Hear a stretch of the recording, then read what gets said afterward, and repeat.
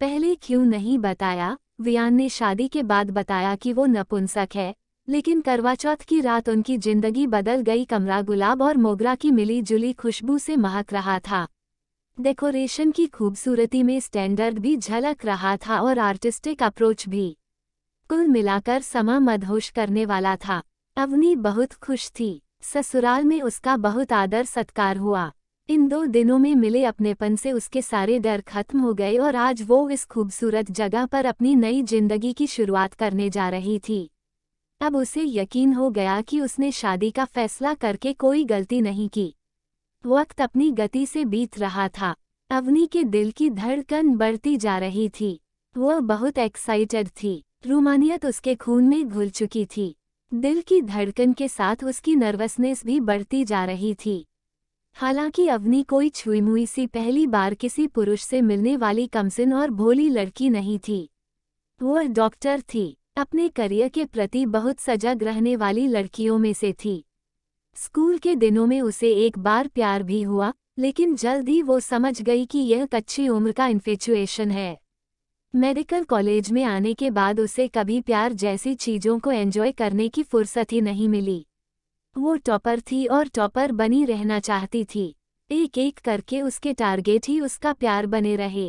पहले normal course, फिर PG, फिर एक विशेष बीमारी पर रिसर्च, फिर अप्रेंटिस, फिर करियर को ऊंचाइयों तक पहुंचाना। इस बीच कई हाथ उसकी ओर बढ़े भी, पर कभी करियर की टेंशन में तो कभी खुद जैसा परफेक्ट पार्टनर पाने की ख्वाहिश ने उसे किसी का हाथ थामने नहीं दिया। हालांकि कईयों से दोस्ती कुछ आगे बढ़ी थी, एक के साथ तो बहुत आगे, पर वियान को देखा तो लगा यही है जो उसके सपनों का हमसफर हो सकता है।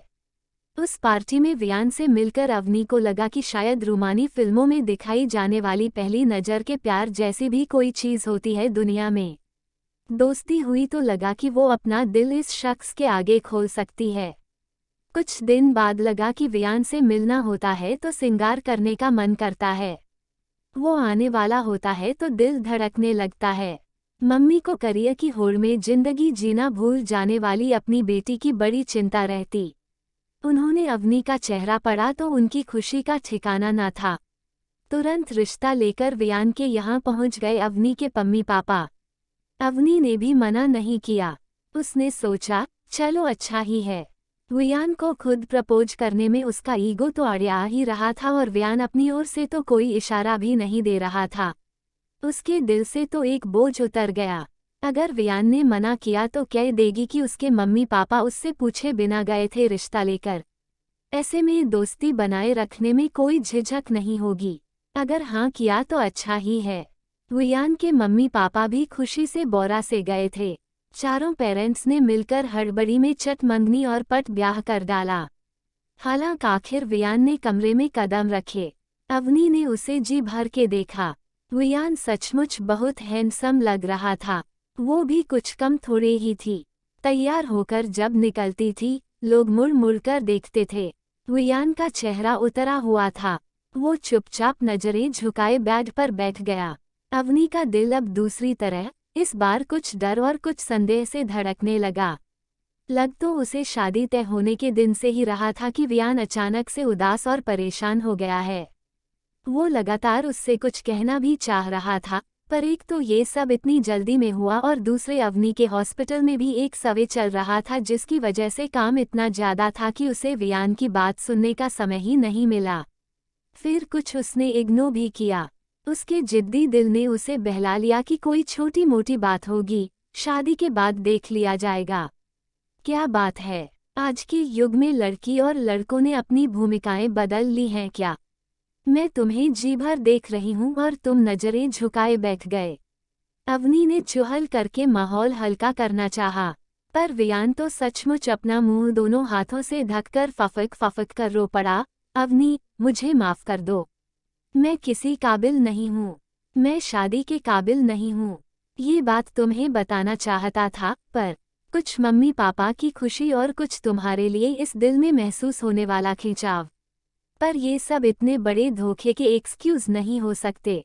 मैं तुम्हारा गुनहगार हूँ। वियान रोता जा रहा था और अवनी का दिल बैठता जा रहा था, पर जल्द ही उसने खुद को सहेज लिया।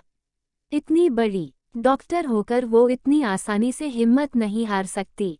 तुम पहले नॉर्मल हो जाओ, फिर आराम से बताओ हुआ क्या है, बात क्या है।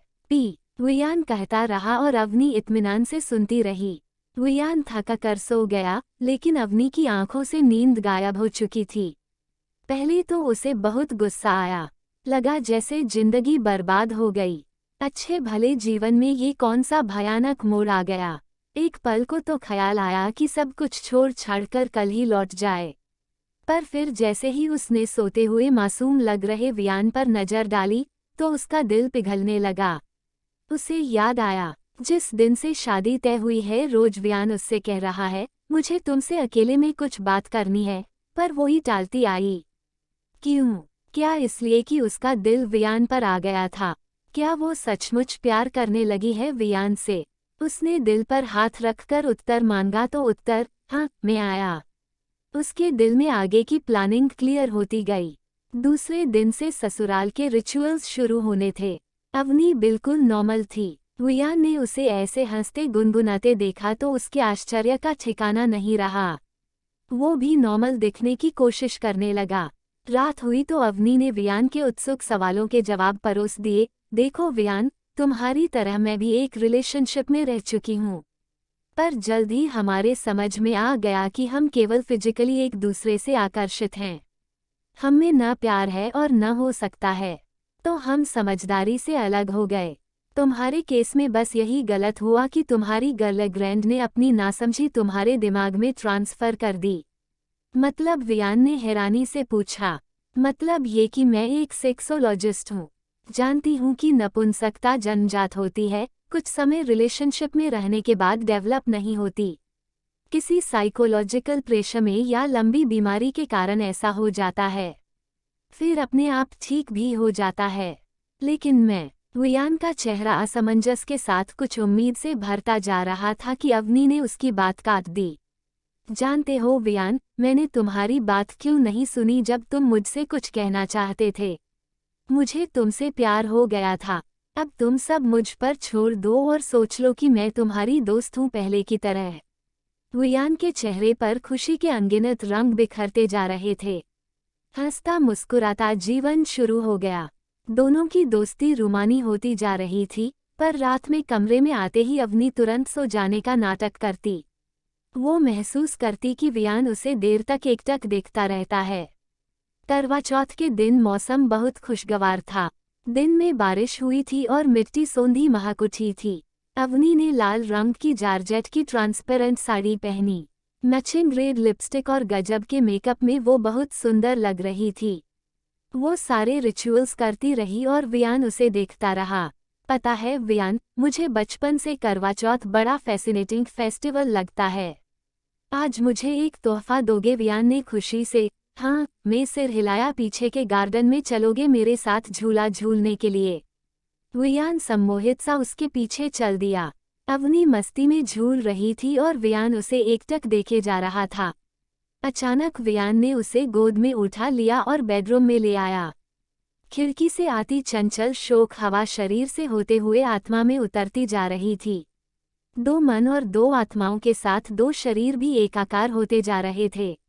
मस्ती भरी मदहोश आवाजें शादीशुदा जीवन की शुरुआत के गीत गा रही थीं। चौथ का गुलाबी चांद कुछ देर तो पर्दे से झांककर प्रेमी जोड़े की अटखेलियां देखता रहा, फिर शर्माकर पर्दे की ओट में छिप गया।